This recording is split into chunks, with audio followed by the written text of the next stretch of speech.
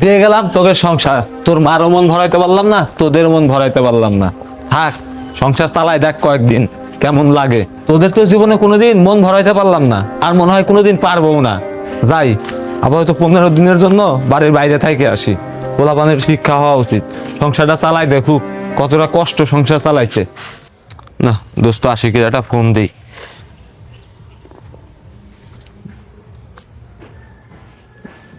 Hello দোস্ত, কনে আছিস? আমি তো একটু বাজারে আসছি। দোস্ত, ওই যে আমার বাড়ি ঢোকার রাস্তার মোড়ে আমি একটু বসে আছি, তুই একটু তাড়াতাড়ি আয় তো। কেন দোষ, কোনো সমস্যা আছে নাকি? না, তেমন কোনো সমস্যা না, তুই আয় তারপরে কইতাছি। আচ্ছা তুই বয়, আমি এখনই আসতেছি। কিরে দোষ, এত জরুরি ডাকলি কেন? দোস্ত, তুই তো জানিস আমরা অল্প রোজগার করা মানুষ, আমাদের আশা আকাঙ্ক্ষার একটা সীমা থাকা দরকার। কিন্তু আমার বউ পোলাপান এগুলো মানতে চায় না। দিন দিন এদের চাহিদা আকাশচুম্বী হয়ে যাচ্ছে। এমনকি ছেলে তো আজকে আমার সাথে দুর্ব্যবহার শুরু করছে, তাই রাগে বাড়ি থেকে চলে যাচ্ছি। বাড়ির ছেলেপেলের জন্য তুই শান্তিতে থাকতে পারছিস না? আরে দোস্ত, কি হয়েছে তাহলে আজকের ঘটনাটাই শোন। ইমনের আম্মু, রান্না কত দূর? এই তো প্রায় শেষ। কি রান্না করতেছো? বাজার থেকে যা যান তাই রান্না করতেছি। তোমাদের কথা সবসময় এরকম উল্টাপাল্টা কেন? কি রান্না করতেছো সোজাসুজি বললেই তো হয়। আব্বা, তোমার আবার কি হলো? আমার কালকে 5,000 টাকা লাগবে। কেন 5,000 টাকা দিয়ে কি হবে? জানো না, কলেজে বেতন দিতে হবে, আর 3-4 দিন পর তো আমাদের পিকনিক, সেদের টাকাও দিতে হবে। ওরে বাবা, সংসারের অবস্থা ভালো না, আবার পিকনিক। দেখি এবার বেতনটা দেয়া যায় কিনা কোনো রকম। অত কিছু জানি না, কালকের মধ্যে আমার 5,000 টাকা লাগবে। আর তোমার কাছে টাকা চাইলেই তোমার কাছে টাকা থাকে না।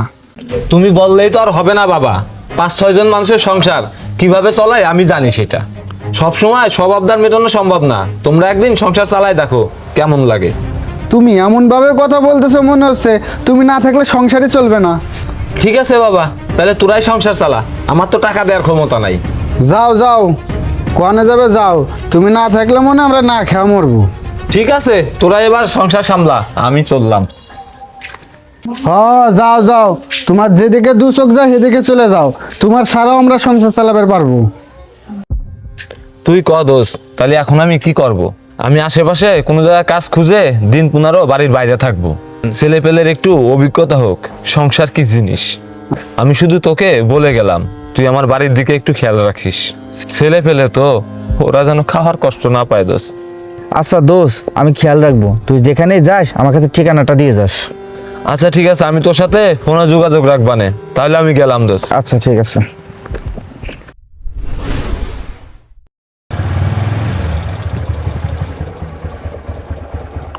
ও মিজান ভাই, বাড়িতে আছেন নাকি? কাকা, আব্বু তো বাসায় নাই। এমন শোন, তোর আব্বু কই? তোর আব্বু তো কালকে টাকা দেওয়ার কথা ছিল, আর তো দেখা করলো না। কাকু, আব্বু বাড়িতে ঝামেলা করে 10-12 দিন হলো কোথায় যেন চলে গেছে। ওসব কথা তো আমি শুনবো না, কালকে টাকা দেওয়ার তারিখ ছিল, পার হয়ে গেছে। কাল যেন এসে আমি টাকাটা যেন পাই, আমি কোনো অজুহাত শুনবো না। কিরে এমন কে আইছিল? ওই অজয় কাকু আইছিল, আব্বু নাকি ওনার কাছ থেকে টাকা ধার নিছিল, তাই নিতে আইছিল। আর বইলা গেল কালকে টাকা না দিলে ঝামেলা করব। তোর বাবা তো 10-12 দিন নিরুদ্দেশ, তার কি খোঁজ খবর নিছিস? সব জায়গায় খোঁজাখুঁজি করছি আম্মু, কিন্তু কোথাও পাচ্ছি না, এখন কি যে করি। আশিক কাকা, কাকা বাসায় আছেন নাকি? কিরে মন, কি হয়েছে? কাকা, খুব বিপদে পড়ে আপনার কাছে আসলাম, 2,000 টাকা দেন, কিস্তির লোক খুবই জ্বালাইতেছে। টাকা তো দেবো, কিন্তু তোর আব্বা কো? আব্বু তো ঝামেলা কইরা বাড়ির থেকে বাড়াই গেছে। আচ্ছা ঠিক আছে, এই নে, তোর আব্বু ফিরলে জানাস।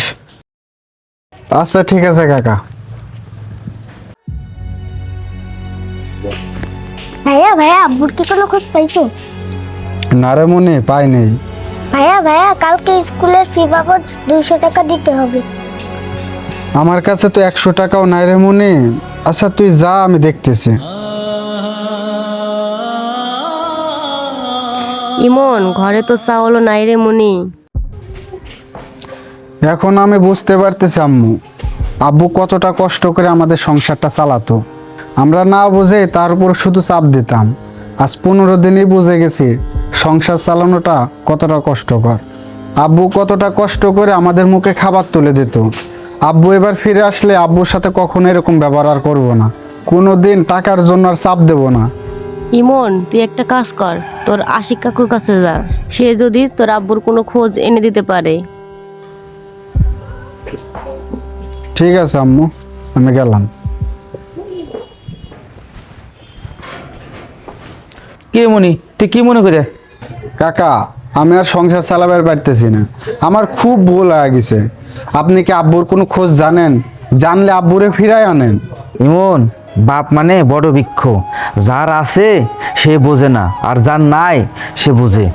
এই কয়দিনই তো তোরা হারে হারে বুঝতে পারছিস। শোন, তুই যে আমার কাছ থেকে যে টাকাটা নিয়ে যাতি, সেই টাকাটা আমার না। তোর আব্বু যাওয়ার সময় আমার কাছে টাকা জমা রেখে গেছিল, যাতে তোদের কোনো বিপদ না আসে। সে তোদের শিক্ষা দেওয়ার জন্য লুকাইছিল। কাকু, আপনি আমার আব্বুর কাছে নিয়ে চলেন, আমি আব্বুর কাছে ক্ষমা চাইবো। ঠিক আছে, তা চলো।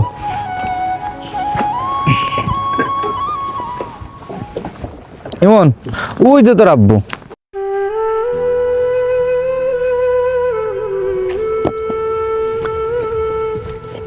আব্বু, তুমি এই কাজ করতেছো? আব্বু, আমাদের ভুল হয়ে গেছে। আব্বু, তুমি বাসায় চলো। কেন রে বাপ, তোর হয়তো সংসার চালাবি বলছিলি, আমি তো অপদার্থ, আমি তো তোদের মন ভরাইতে পারি না। আব্বু, আমি এই 15 দিনে অনেকটা বুঝেছি সংসার চালানোটা কতটা কঠিন। আপনি আমাদের অভাব বুঝতে দেননি। তুমি না থাকলে আমরাও অচল। চলো আব্বু, বাড়ি চলো। চল মিজান, ছেলে তো ভুল বুঝতে পারছে, তা তুই বাড়ি চল। ঠিক আছে, চল বাবা। একটি সংসার চালাতে যে কতটা কষ্ট হয় তা কেবল সে ব্যক্তি বোঝে যে হাল ধরে থাকে। আমরা বাবার আয়ের উপর দাঁড়িয়ে অনেক বিলাসিতা করি, কিন্তু বাবা সেই টাকাটা কোথা থেকে কষ্ট করে জোগাড় করেন সেটা বোঝার চেষ্টা করি না। আশা করি এই গল্পটি থেকে আপনারা শিক্ষা নেবেন। ভিডিওটি ভালো লাগলে লাইক, কমেন্ট, শেয়ার করবেন। ধন্যবাদ।